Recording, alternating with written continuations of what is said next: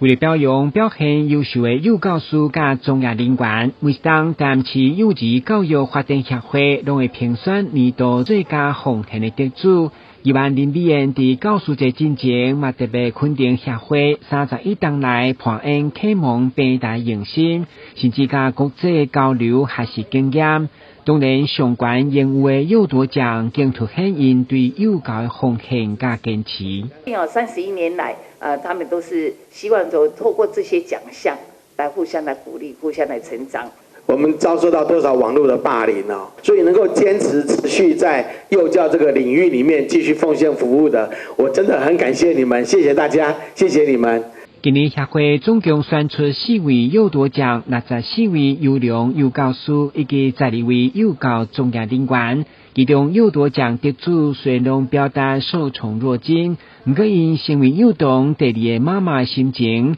用爱甲包容的使命感，甚至自细汉就想要成为幼教师的理想，使人感动。我一直觉得这份工作，这一份不只是工作，我觉得它也是给我一种使命感。我常常跟我的小孩说，我是你们第2个妈妈，你们在家有一个妈妈，在学校有一个妈妈，所以你们很幸福。我就一直想说，我要当一位幼儿园老师，希望呢，我可以有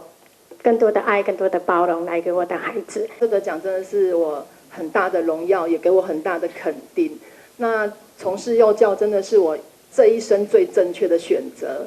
9月16号，幼教协会将伫东东宴会场盛大举办表扬典礼，嘛欢迎大家做伙来见证因的奉献甲付出。今日新闻，古文集采访报道。